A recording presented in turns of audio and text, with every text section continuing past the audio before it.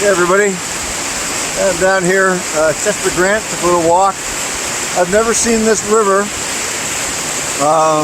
this wild or this much water flowing through. And it reminds me of a song by Daryl Evans, Let the River Flow. And it goes on to say, the Holy Spirit move in our lives.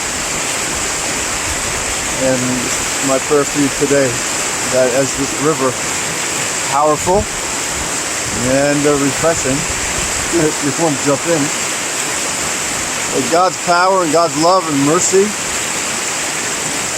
may be your strength and power today. And that the Holy Spirit would work in your life, flow through you, and that